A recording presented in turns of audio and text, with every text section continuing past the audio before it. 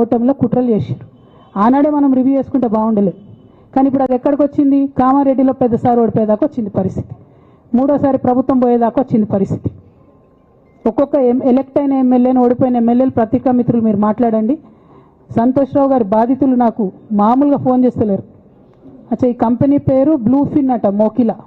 పల్లారాజేశ్వరరెడ్డి అని అప్పుడు పంపిన మెసేజ్ చూస్తున్న పాతది. Bluefin company Mokila. అయితే నేనేమంటున్నా అంటే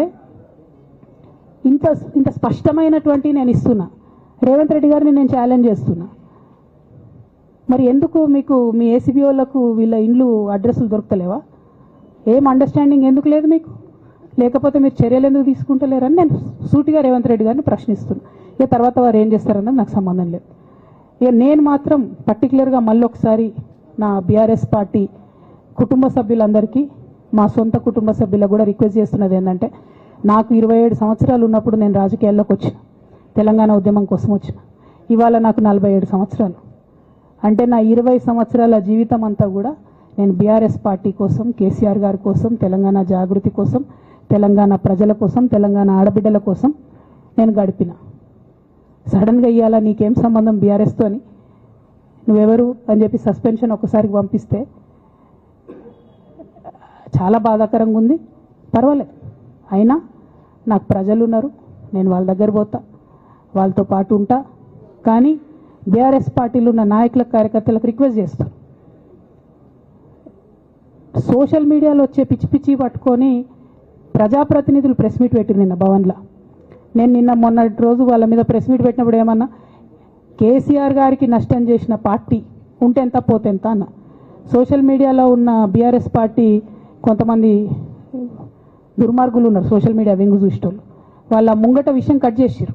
ఏది కేసీఆర్ గారికి నష్టం చేసిన అన్న విషయం కట్ చేసి బీఆర్ఎస్ పార్టీ ఉంటెంత పోతెంత నేను అన్నా అని చెప్పి ప్రచారం చేస్తున్నారు. నాదే పార్టీ బీఆర్ఎస్ పార్టీ. 20 ఏళ్ళు నేను కష్టపడ్డా.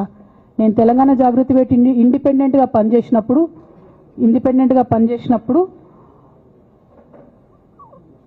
ఓటేయమని ఎవరికి చెప్పినా? నేను బీఆర్ఎస్ పార్టీకి ఓటేయమని చెప్పినా కదా. నా జీవితంలో ఇంతవరకు నేను ఇంకో పార్టీకి ఓటేయమని చెప్పలే, ఇంకో పార్టీకి ఓటేయలే. ఎట్లయితే కంప్యూటర్లో హార్డ్వేర్ ఉంటుందో అది బీఆర్ఎస్ పార్టీ, సాఫ్ట్వేర్ తెలంగాణ జాగృతి. శరీరం బీఆర్ఎస్ పార్టీ అయితే ఆత్మ జాగృతిగా పనిచేసినాం, తెలంగాణ ఆత్మగా పనిచేసినాం. మేము తెలంగాణ ఆత్మగౌరవం కోసం పనిచేసినాం, తెలంగాణ ఆత్మగౌరవ ప్రతీకలైనటువంటి బతుకమ్మ బోనాలను నిలబెట్టడం కోసం పనిచేసినాం. ఆ కాంట్రిబ్యూషన్ ఏం లేదా? నేనేం చేయలేదా పార్టీకి?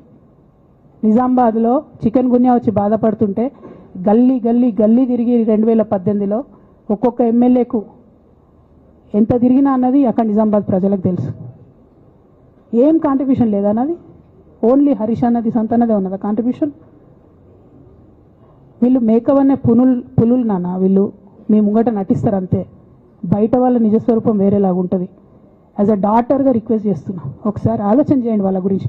నాకేమొద్దు, నన్ను పార్టీలోకి వెళ్ళి సస్పెండ్ చేసి నో ప్రాబ్లం, కానీ వాళ్ళని పార్టీలో ఉంచుకుంటే పార్టీ ఎట్లుంటుంది అన్నది మీరు ఆలోచన